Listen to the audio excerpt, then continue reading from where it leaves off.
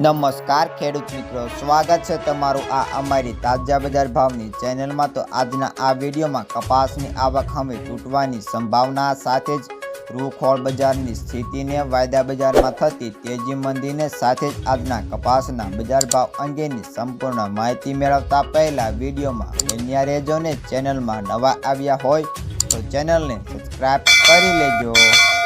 તો મિત્રો, કોમ્યુનિટી સંવાદદાતા દ્વારા મળતી માહિતી પ્રમાણે ન્યુયોર્કના કોટનનો મે વાયદો 92 સેન્ટની સ્તર તોડીને 91.91 સેન્ટ્સના મથાળે પહોંચ્યા પછી 92 સેન્ટ્સની ઉપર ટેકેલો બોલાતો હતો અને જોકે વાયદાની ઢીલાસ અને નરમાઈથી ખેડૂતો અકળાયા છે, ત્યારે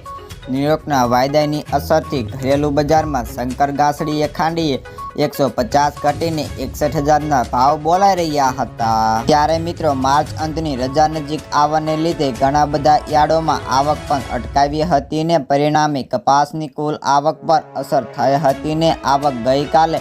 1.40 લાખ મણની હતી ને તે 1.20 લાખ મણની થઈ ગઈ હતી ને હજુ કાલે અને શનિવારે આવક સાવ તળિયે જશે ને પછી યાર્ડો બંધ થશે ને ત્યારે કપાસનો ભાવ લગભગ ટેકેલા રહેતા રાજકોટ 1200 થી 1484, અમરેલી 921 થી 1478, સાવરકુંડલા 1300 થી 1470, જસદણ 1000 થી 1485, બોટાદ 1300 થી 1541 રૂપિયા,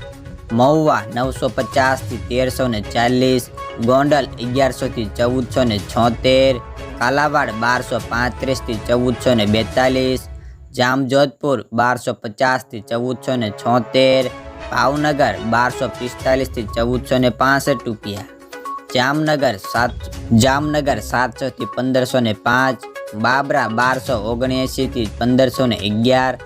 જેતપુર 1065 થી 1478, વાંકાનેર 1300 થી 1470, મોરબી 1200 થી 1458 રૂપિયા।